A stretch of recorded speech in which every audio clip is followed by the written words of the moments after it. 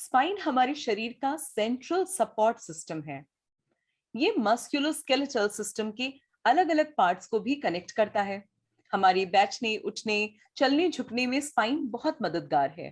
Back pain और spinal pen अब वृद्ध और जवान दोनों तरह के लोगों में बहुत कॉमन होता जा रहा है। बैक पेन एक ऐसी गंभीर समस्या है क्योंकि ये किसी भी व्यक्ति को कई दिनों तक या कई सालों तक भी बेड रिडन बना सकती है। बैक पेन और नेक पेन सफर करने वाले 20% लोग 16 से 34 एज ग्रुप के होते हैं। ऑन एन एवरेज इंडिया में 45% लोग अपनी स्पाइनल ट्रीटमेंट को अक्सर निग्लेक्ट कर देते हैं। स्पाइनल पेन और इसकी डिसेबिलिटी के प्रति लोगों को जागरूक करने के उद्देश्य से प्रतिवर्ष 16 अक्टूबर को वर्ल्ड स्पाइन डे मनाया जाता है। यह दिन स्पाइन हेल्थ के इंपॉर्टेंस को बढ़ावा देने के मकसद से रखा गया है। वर्ल्ड फेडरेशन ऑफ कायरोप्रैक्टिक द्वारा इस दिन का आयोजन किया जाता है।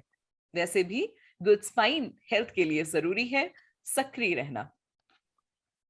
मेडी सर्कल में हम वर्ल्ड स्पाइन डे सीरीज का आयोजन कर रहे हैं, wherein we will be featuring experts in this field to understand and create awareness about good spine health.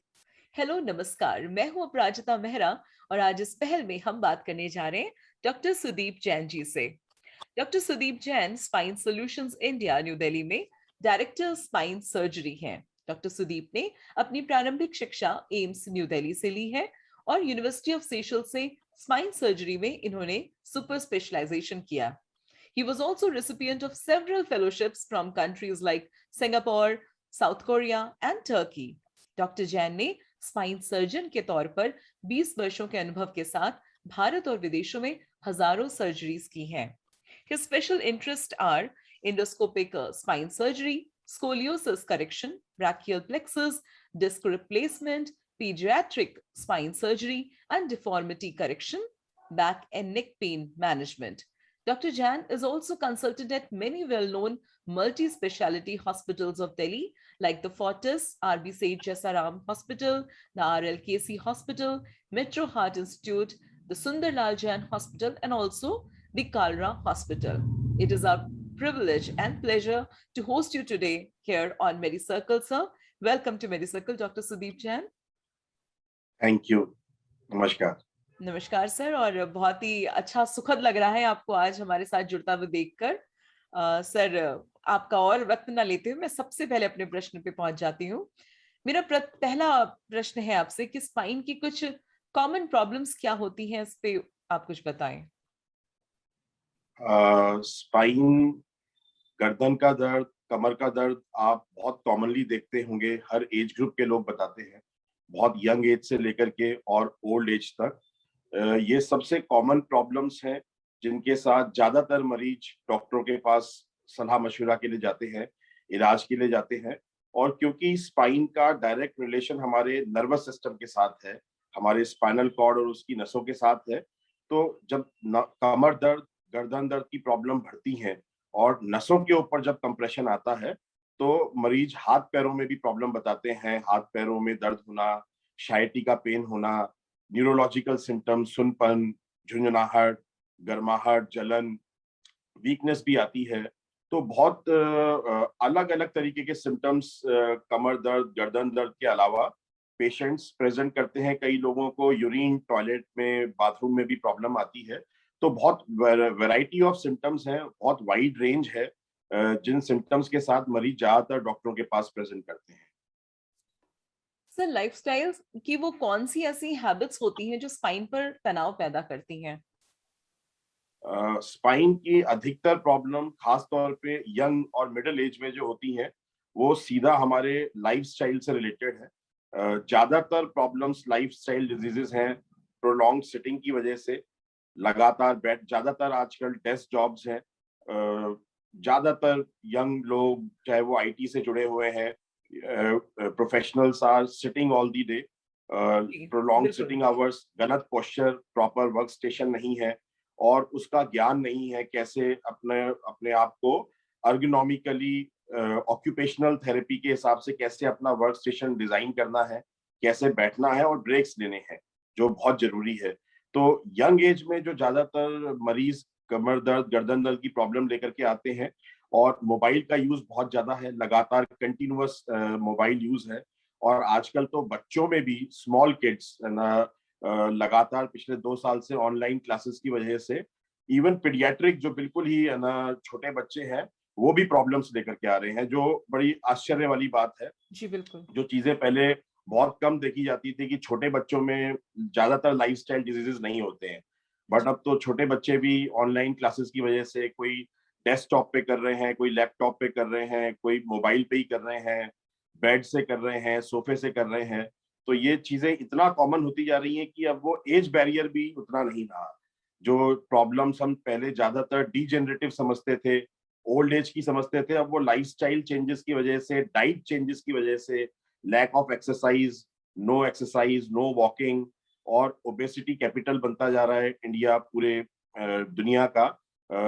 High BMI, even बच्चों में भी ओबेसिटी और हाई बीएमआई इतना कॉमन है, ओवरवेट इतना कॉमन है हर एज ग्रुप में और हर सेक्स में, मेल्स फीमेल्स।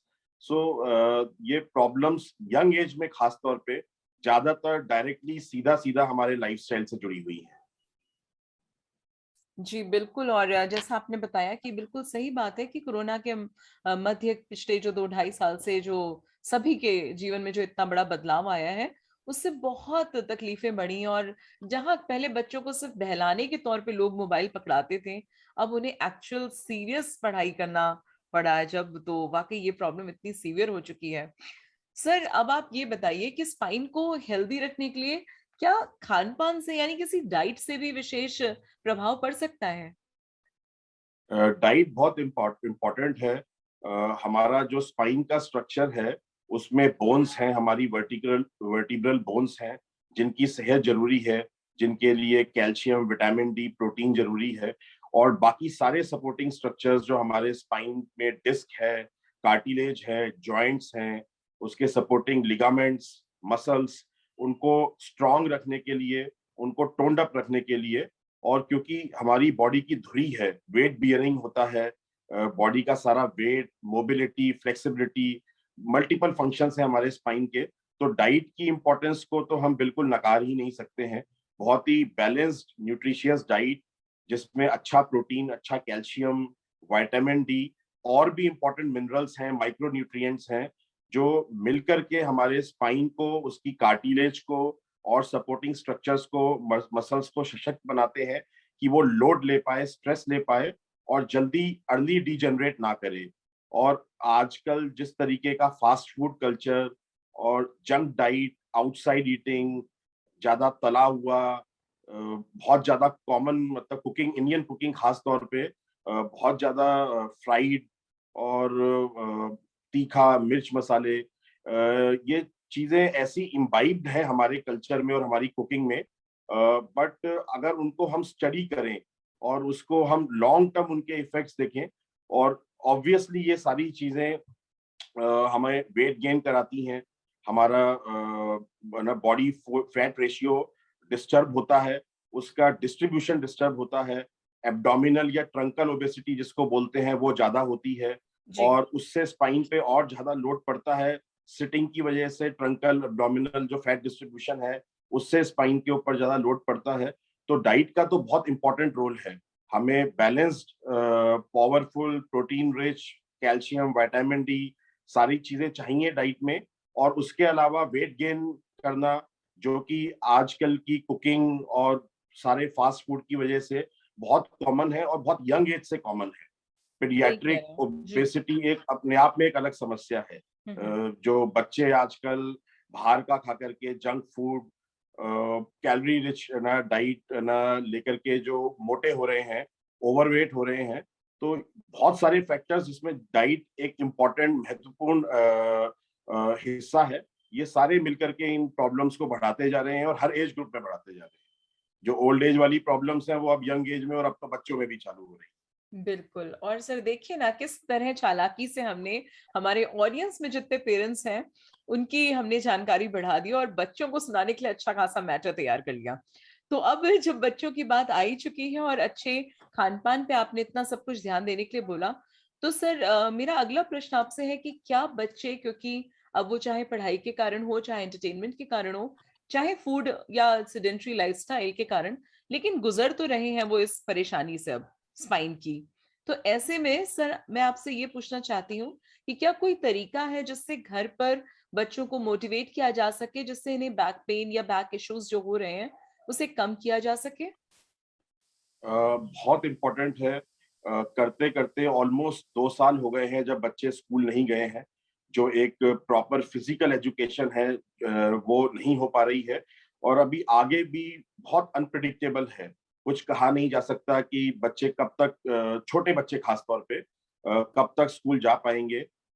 ऐसे में जब हमें मालूम है कि ये ऑनलाइन टीचिंग आगे और प्रोलॉन्ग हो सकती है, तो सबसे पहले तो ये समझें कि मोबाइल और आईपैड हैंड डिवाइसेस सबसे खराब हैं बच्चों को देना ऑनलाइन क्लासेस के लिए। प्रॉपर डेस्कटॉप या एटलीस्ट लैपटॉप होना बहुत जरूरी है। उसको प्रॉपर वर्क स्टेशन पे करना बहुत जरूरी है। ऐसा नहीं कि बच्चा कहीं पर भी अपनी ऑनलाइन क्लास कर रहा है, बेड पे कर रहा है, सोफे पे कर रहा है, लेट के कर रहा है, कैसे भी बैठ के कर रहा है।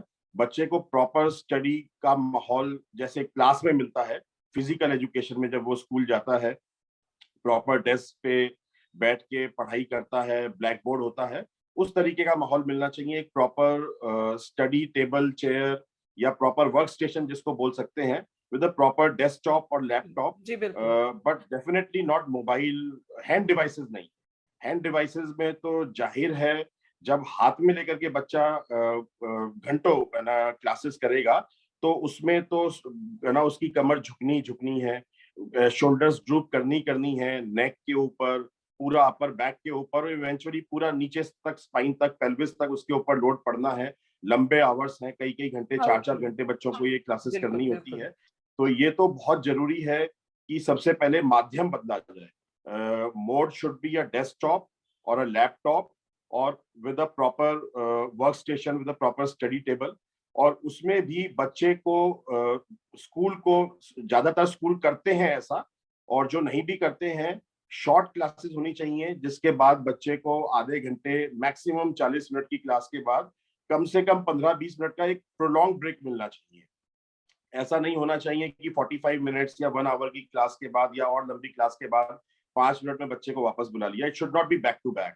The gap should, scientifically studies हैं इनफैक्ट इस तरीके की, कि वो जो बैक को रिलैक्सेशन चाहिए, जब बच्चा खड़ा होकर के घूम करके आएगा, लूजन अप होकर के आएगा, वो 15-20 मिनट का टाइम होना चाहिए। उससे पहले जो बैक मसल्स में कॉन्ट्रैक्चर या स्पाज्म डेवलप होता है बैठने की वजह से, वो रिलीज नहीं हो पाता है। राइट। तो हमें उस इंटरमिटेंट स्पाज्म या कॉन्ट्रैक्चर को रिलीज करने के लिए बच्चे को 15-20 मिनट का देना है, तो 15-20 मिनट का मिनिमम ब्रेक देना ही है। और उसको सिखाना है स्कूल वालों को भी, और हमारे पास भी जैसे बच्चे आते हैं, हम सबको मिलकर के बच्चे को उसके पोस्चर के बारे में, उसको कैसे प्रॉपरली बैठना है, झुकना नहीं है, स्टूपिंग नहीं करनी है, आई लेवल, ये सारी टेक्निकलिटीज इवन छोटे बच्चों को भी उनके तरीके से जैसे वो समझ पाए, स्कूल को भी अपनी एजुकेशन में इनकॉर्पोरेट करना चाहिए।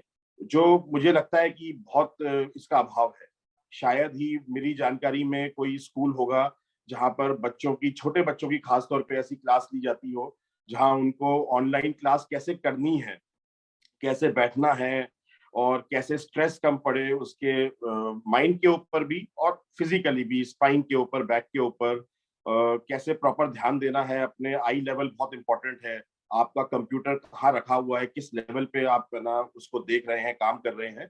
तो ये चीजें बच्चों को ट्रेन करना सबसे ज्यादा स्कूल ना का रोल है, क्योंकि बच्चा कंटिन्यूअसली स्कूल के साथ कांटेक्ट में है। और जब भी, जहां भी हमारा रोल आता है, कोई पेरेंट्स आते हैं हमारे पास, फिजियोथेरेपी में आते हैं, तो हम लोग डेफिनेटली उसके ऊपर बहुत ध्यान देते हैं। हम कोशिश करते हैं कि बच्चे और पेरेंट्स के साथ फिजिकल मीटिंग में ये चीजें हम इनकॉर्पोरेट कर पाए बच्चे के करिकुलम में।